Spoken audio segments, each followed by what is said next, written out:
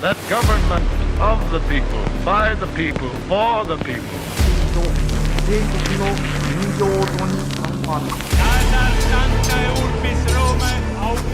Да здравствует мир между народами. Урд минь Монголын уудам хад, хойно минь Монголын хүчрхэг их мордчлог байваа.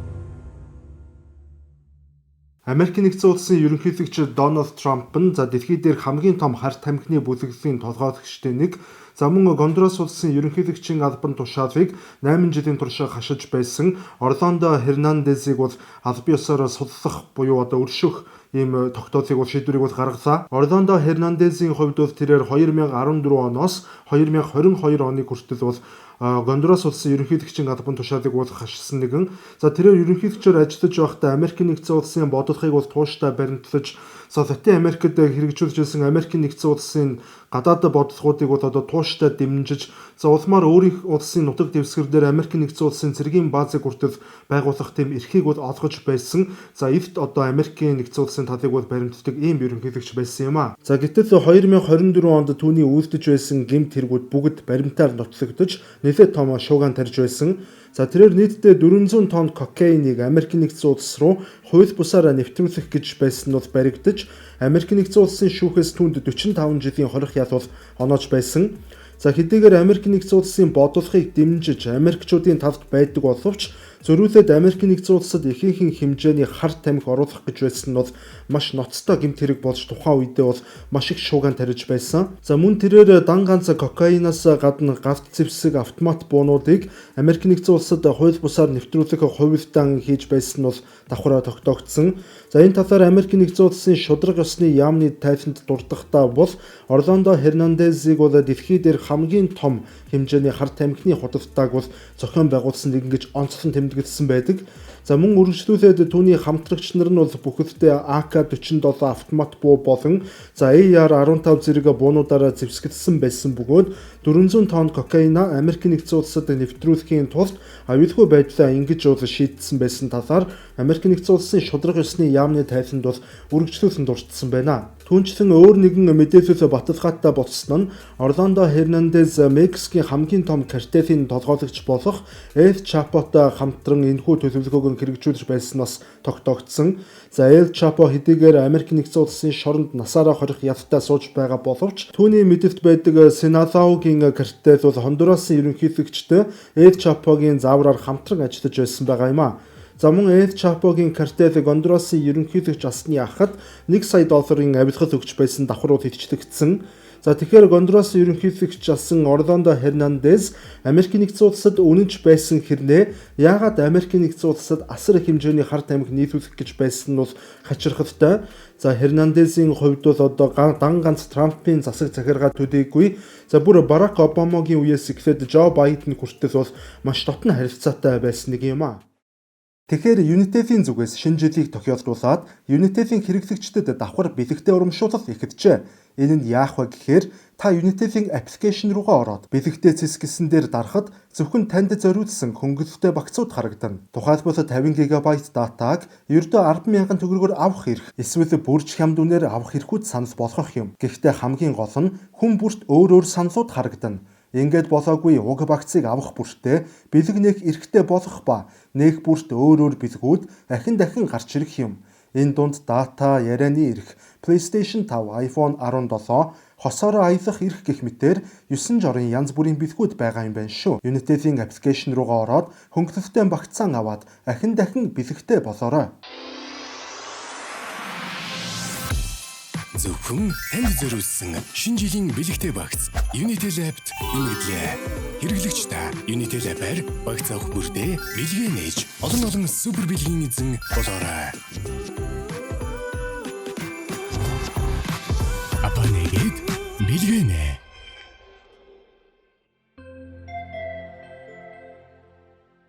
Орландо Хернандезийн хувьд тэрээр Дональд Трампын эхний удаа ерөнхийлөгчөөр сонгогдсны дараагаар Трамптай илүү дотносож эхэлсэн байдаг.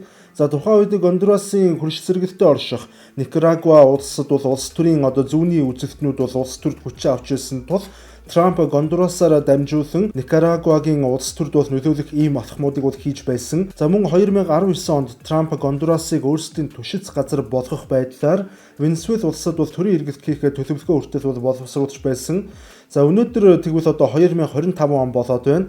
Энэ цаг мөчид Трамп Венесуэл улсын эсрэг, за Венесуэлийн төр засгийн эсрэг бол маш хүчтэй мэдээллүүдийг удаадараа хийж, за мөн тодорхой хэмжээний одоо цэрэг байлдааны арга хэмжээнүүдийг ч бол ил тодорхой аваад эхэлчихсэн байгааг дэлхийн нийтээр харж байгаа. За яг энэ үед Трамп Орландо Хернандезийг 45 жилийн ялаас нь судалж тэрхүү ялыг нь хүчингүй болгож өршөөлт хамруулсан нь бол за олонний анхаарлыг бол яавчгүй татаж таарч байна. За өнөөдөр Трампын засаг захиргааны зүгээс Венесуэлийн усан онгоц болон усан завинуудыг бол тасралтгүй бөмбөгдөж байгааг бол дэлхийн нийтээр харсаар байна. За Трампын хувьд нэлээд төрөмгийн бодлого баримталж байгаа нь бол түүний зарим нэг үйлдэлүүдээс тун тодорхой харагддаг. За тухайлбал Трамп 2 дахь бүрийн эрхийнхэн хугацааг эхлээд удаагүй байхдаа Америк нэгдсэн улсын бодлого хамгаалах яамны нэрийг аль бие ёсоор дайны яам болгож бол өөрчилсөн.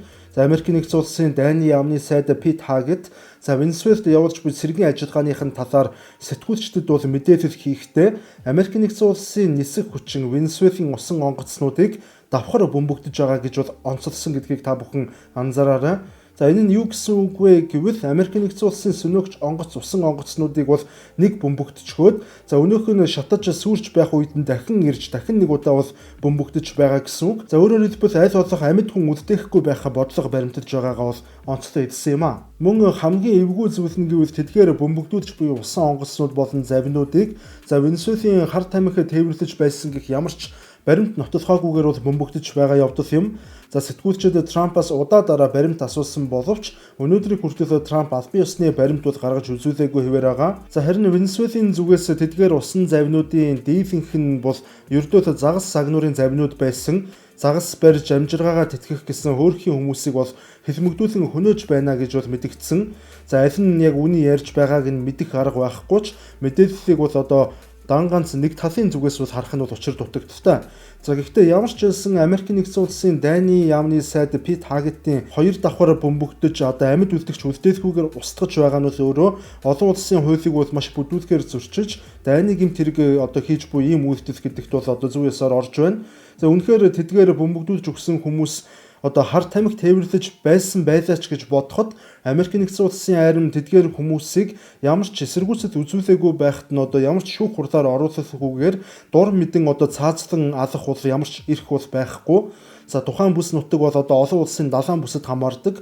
Ямар ч тохиолдолд хүнийг шүүх хуралд оруулахгүйгээр цаазлах нь бол гэмт хэрэг байдаг. За одоо тэгвэл хамгийн гол асуудлын талаар бол ярих гэж байна.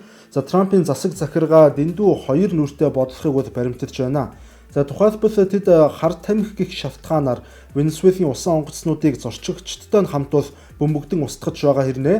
За өөрсдийнх нь улсад 400 тонн кокаин гаргах гэж байгаад баригдаж Америкийн шүүхээр 45 жилийн ял авсан Орландо Хернандезийг бол суллсан байгаа нь бол одоо хамгийн том дабл стандарт болж байна. За үүнээс юу харж болох вэ гэхээр Трамп үнэхээр хар тамхитай тэмцэхийг хүсэж байна гэж одоо хэрж болох уу гэдэг нэг асуулт гарч ирж байна. За үүний хариулт нь бол мэдээж одоо ингэж бол харагдахгүй байна.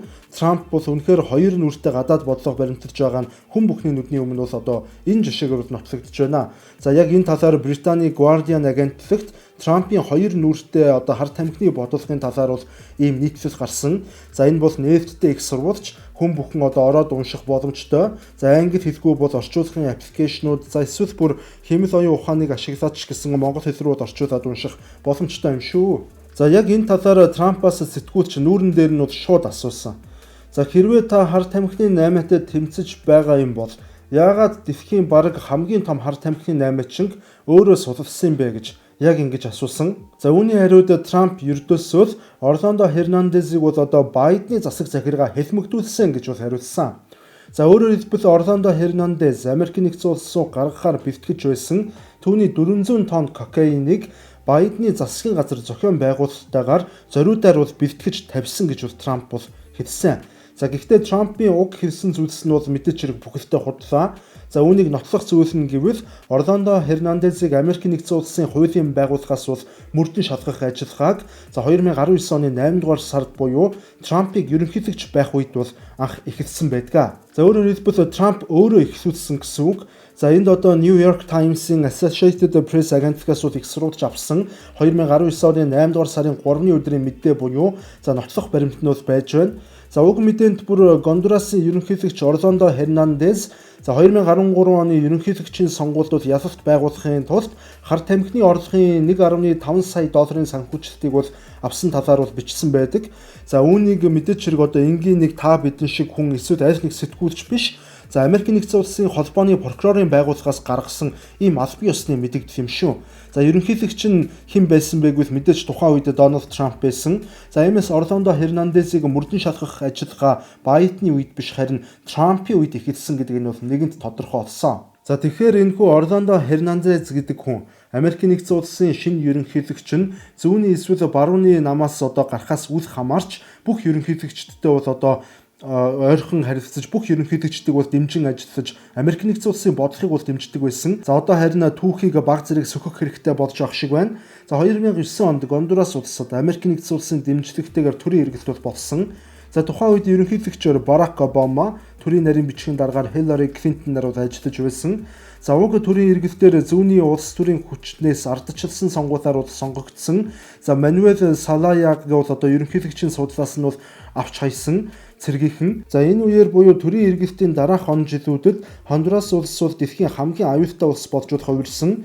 За тэнд бол гэмт хэрэг, хүн амны хэрэг хэрхэн өссөн талаарх графикийг бол та бүхэнд харуулж байна. За улмаар 2013 онд ерөнхийлөгчийн сонгуул болж тус сонгуулиар Орландо Хернандес бол сонгогдсон. За гэхдээ уг сонгуулийн дараагаар ард иргэд сонгуулийг дахин тоолохыг бол шаардаж эмх замраагүй байдал бол хормын дотор дэгдсэн. За сонгуул шудраг болсон гэж бол ард иргэд бол итгээгүй. За үнэхээр ч ард иргэдийнх нь одоо итгэл үнэн байсан тэр сонгуул бол шудраг болоогүй. За үүнийг бол Америк нэгдсэн улсын холбооны прокурорын байгууллагаас бол баталсан байдаг. За гэхдээ ингээд зогсохгүй 2017 оны сонгуулийг ч гэсэн тэрээр бас давхар лөвөрдсөн. За энэ талаар баталгаа гэвэл одоо нотлохоо олон байгаа. За уг сонгуулийн талаар тухайн үед Guardian агентлагаас бол яг ийм нийтлэл бол гаргаж байв. За сонгуул лөвөрдсөн гэх маргаан байсаар байхад Америк нэгдсэн улс Гондурасын ерөнхийлөгчийг бол дахин сонгогдсныг бол хүлээн зөвшөөрсөн гэдэг ийм гарчигтай нэлээд шүүмжлэлтэй нийтлэл бол гарч байсан. Та бүхэндээ манай хамтран ажиллагч байгууллага авторг нь хууль зүйн товчоогоо танилцуулж байна. Хэрвээ танд болон таны аж ахуй нэгжид ямар нэгэн байдлаар хууль эрх зүйн зөвлөмж туслалцаа хэрэг болбол авторганд хандаарай. Тэгэхээр ямар ч тач Америк нэгдсэн улсын ерөнхийлөгч Дональд Трамп за хар тамхитай тэмцэж байгаа гэж ярьж байгаа хэрнээ 400 кг кокаиныг өөрийнх нь их нутаг руу оруулах гэж байсан. За Орландо Хернандесийг бол суллаж за өршөөлт хамруулсан хэрнээ Венесуэлийн эсрэг цэргийн ажиллагаагаа явуулж за Венесуэлийг бол одоо нарко стейт хэмээн зарлаж байгаа нь бол давхар стандарт байгаагийн нэг нотлохоо харагдаж байна. За гэхдээ үүнийг улс төрийн хэлээр бол одоо геополитикийн прагматизм ч гэж бас нэрлэдэг. За хамгийн гол үнэн гэвэл Америк нэгдсэн улс. За зөвхөн Америк нэгдсэн улс гэлтгүүгээр ер нь бол одоо дэлхийд дээрх нөлөө бүхий их гүрнүүд Оросын улбооны улс, Хятад, Франц, Герман гэх мэтээр энэ хүчирхэг гүрнүүдийн удирдлагууд бол улс орнуудын төр засгуудыг за манайх болон дайсан гэх одоо хоёрхан байдлаар ерөнхийдөө ангилж үздэг. За Оросууд ч ялгаагүй бас найрсаг харилцаатай улсууд болон дайсан гэх ангиллыг бол дайны дараа гаргасан нь бол харагддаг. Тэгэхээр аль нэг улсын удирдагч тухайн улсад хэрв ашигтай байдлаар ажилладаг бол за тухайн удирдагч алдаа дутагдал гаргасан ч гэсэн за том улсын удирдагч нь бол тэрийг бол төвчээд өнгөрүүлдэг. За харин өөрийн улсад сөрөг эсрэг байр суурьтай байсан тохиолдолд за жижиг улсын удирдагчийн өчүүхэн жижиг алдааг бол илүү томруулан дэвэргэж за өөрсөд ашигтай байдлаар бол ашигладаг байгаа юм а. За Гондурас улсын хувьд тус улснууд яалтч үгүй Америк нэгдсэн улсын нөлөөний бүсэд бол ордог.